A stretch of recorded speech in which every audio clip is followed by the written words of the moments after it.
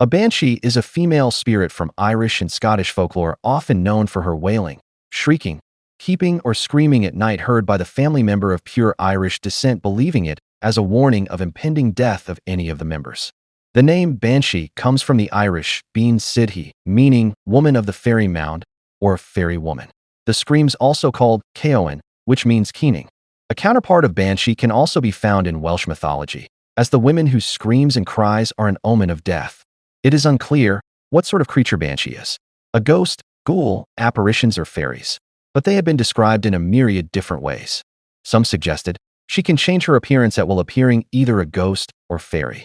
Oftentimes, also described as young maidens with long hair, white dressed, and pale skin. Their hair can be dark, crimson, or gold.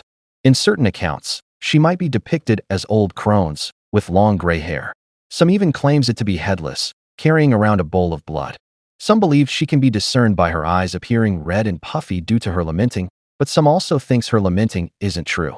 They are not typically seen as malicious entities, but rather in warning of future death. But to some tales, there are evil banshee that derive pleasure from taking a life, and they actively seek out their victims and wail at them to the point where the person commits suicide or goes insane. Historians have traced the first stories of Banshee to the 8th century, where women sang sorrowful song as a tradition to lament someone's death. They were known by keeners and accepted alcohol as payment, for which they said to be called sinners and punished by being doomed to become Banshee. According to the mythology, if she is spotted, she will vanish into a cloud of mist, and this action creates similar noise of a bird flapping its wings.